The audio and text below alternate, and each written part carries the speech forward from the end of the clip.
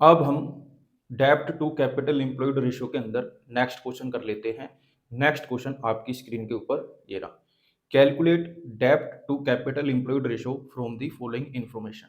तो आप देख सकते हैं हमें इस क्वेश्चन के अंदर बहुत सारी इन्फॉर्मेशन दी गई है। पढ़ लेते हैं उस इन्फॉर्मेशन को। शेयर होल्डर फंड्स दिए गए हैं 50 लाख। नॉन करंट लाइबिलिटीज के अंदर लॉन्ग टर्म बोरिंग्स दी गई है 20 लाख। लॉन्ग टर्म प्रोविजंस दिए गए हैं 17,50,000। इन दोनों का सम करा तो ये हो गया 37,50,000।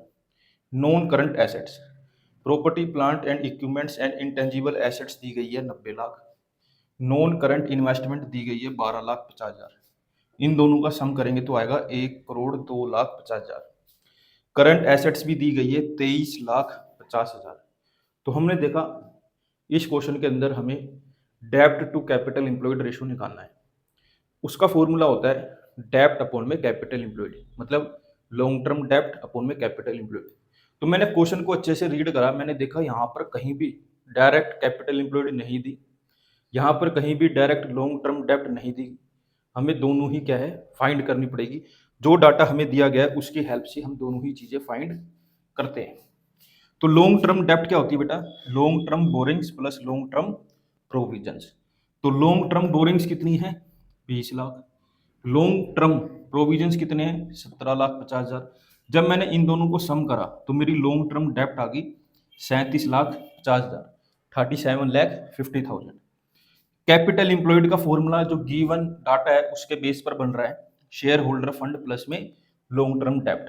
तो शेयर होल्डर फंड हमें दिया गया है 50 लाख, मैंने लिख लिया।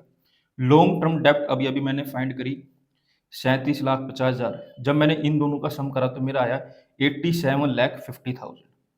तो अब हमारे पास क्या है? लॉन्ग टर्म डेब्ट भी है और कैपिटल एम्प्लॉयड भी है। तो डेब्ट टू कैपिटल एम्प्लॉयड रेशियो का फॉर्मूला होता है लॉन्ग टर्म डेब्ट अपॉन में कैपिटल एम्प्लॉयड। तो लॉन्ग टर्म डेब्ट कितनी है? 37,50,000 अपॉन में कैपिटल एम्प्लॉयड कितनी है?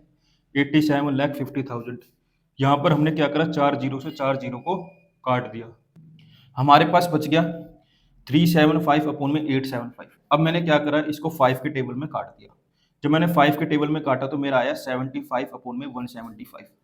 मैंने इसको दोबारा 5 के टेबल में काट दिया तो ये आ गया 15 अपॉन में 35। मैंने इसको दोबारा 5 के टेबल में काट दिया तो ये आ गया 3 अपॉन में 7। जब मैंने 3 अपॉन 7 को सोल्व करा तो मेरा आया 0.4285। तो यहाँ पर जो हमारी रेशो है इसको मैंने राउंड ऑफ कर दिया तो हमारी डेब्ट to capital employed ratio I 0.43 ratio 1। मुझे उम्मीद है आपको ये क्वेश्चन जरूर समझ आया होगा।